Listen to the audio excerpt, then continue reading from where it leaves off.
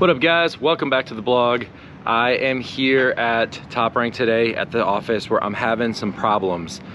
Sean took my car home for the weekend to try to see if he could get my air conditioning fixed. For some reason it's leaking somewhere, so he's gonna check all the O-rings, has everything at home to be able to pressure test that and see what the problem could be. And on his way into work this morning, he was driving down PCH and poof. Huge cloud of white smoke came out from underneath the hood.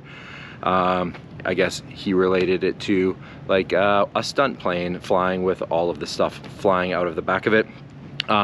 So that's not great.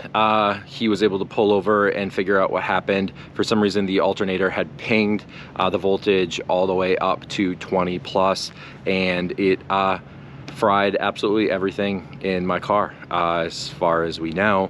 So things aren't looking great. Nothing works. The headlights are fried. The HVAC seems to be fried. The power windows don't work. Windshield wipers don't work. Radio is blown. Fuses are gone. My ECB1 is toast. So basically it's like the car kind of got hit by lightning. So not really ideal because we're only like 1 week away. Next weekend is Nissan Challenge. So the whole point was to run the car in Nissan Challenge, and that next event is at Auto Club Speedway on Sunday. So it's going to be cutting it a little bit close, but we're going to get a lot of help from everyone here. Ernie Fixmer has agreed to kind of come help me out and see if he can get everything put back together. So I don't really want to show you the battery because I don't really want to get into all of that. But I mean, the power surge was so crazy that it blew the light bulbs, which is fun. So we're going to need to kind of go through all of this and figure out how to get everything to work again. Power window, I mean, this window just won't roll up. So I'm guessing that window regulator is blown. And it kind of seems to be anything electrical related doesn't want to work. So all of this will have to come out in here, and we'll have to kind of just start redoing everything. Hopefully it doesn't need a body harness, and we can kind of just start replacing everything we need to replace and see if everything can work by Sunday. So the car is on the lift, and we're gonna go ahead and get the old alternator out. Got Justin getting this taken care of right now, and see what is going on with that. Hopefully, if we put the new one in, we can diagnose the problem, figure out what's going on, and see why that power surge happened. Maybe it was just a bad alternator. Right here we have the old alternator. So this is what came out of the car. And you can see, I mean, it's not the cleanest thing, but I mean, it does look a little old. This is probably the original alternator that came with the car. So we are gonna go ahead and replace it with a nice shiny new one, and get the rest of this stuff put back in and see if we can figure out how to fix this problem. As long as the car is on the lift, one thing I want to touch on is this exhaust. I get a lot of questions about it. The car sounds really, really good. So people are always asking me what kind of exhaust it is, and the answer is I don't know. No idea. This is just like a random, like we'll call it barn find exhaust. My friend Emery had this just laying around his shop. If you remember from one of the early videos, I needed a different exhaust, and this just happened to be one that was laying around. No maker marks on it or anything. I mean, it looks kind of like trash, but it sounds great. And heat wrapped all the way through to the equal length downpipes, which is what really gives it that really nice sound. It sounds really good. I know, it sounds great. So, every RB needs equal length downpipe. Every RB needs equal length downpipe. All right, so Justin's got the new alternator in. You can see that this one looks a lot cleaner than the other ones because it's a nice fresh one. So the bottom half is in. We're gonna drop it down so we can tighten it from the top. And hopefully we're gonna start finding out if everything still works or if everything needs to get replaced.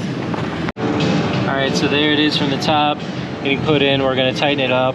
We gotta get all of this back reconnected. And kind of my biggest fear is that all of the electronics are completely done. So like my ECB1, you know, my audio controls, my mines gauges, my HVAC heating controls, all gone. That is probably my biggest fear. Window switches. As you can see, Sean had to pull the fire extinguisher when he hopped out of this thing to try to keep it from burning to the ground, which is super sketchy. So the 32 is for the most part back together here. Sean is going through the car, double checking some things, but the new alternator is in. Obviously still in need of a battery since that's fried, but we're just checking to see how the gauges are working out, if everything is completely donezo or not. Right now all the fuses look in good shape, but for some reason none of the electronics are really working, so we're looking into that. So you can see here, all of this is kind of put back together. We're running off a jumper pack because the battery is fried, but Sean is inside the car right now, pulling apart all of the electricals.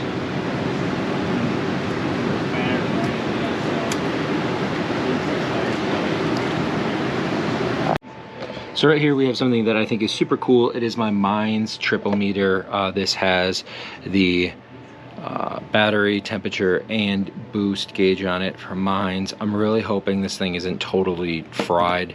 The bulbs in it are, so I'm going to replace the bulbs. Hopefully this thing survived. Everything else to me is relatively replaceable, but these are really expensive, super hard to find, and really don't have to beg the guys at Mines for one. So the good news is the car starts, it's running, and now we just have to figure out what still works and what is still broken. So one of the things we're having to do is go through the complete wiring diagram and see every possible thing that could possibly be incorrect, blown, missing, not right, and then replace all of those parts. In here, all of the electronics are out. Going through, testing, fixing, and replacing everything we can. Ernie really had to go through kind of everything electrical on this car and replace pretty much nearly everything down to the windshield wiper modules, to the control modules for the windows, and obviously the battery. All right guys, it is the night before. Tomorrow is Nissan Challenge at Auto Club Speedway, and you can hear behind me the car is running.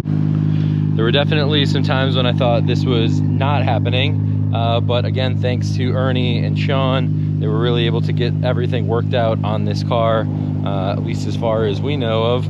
I guess maybe that's a different story tomorrow, but for right now, the car is running, it sounds healthy, and everything is working. We replaced everything to get the windows to work properly. The radio, you can see, is working again, and HVAC's working. Headlights and taillights are working, and brand new ECB1 for my E85.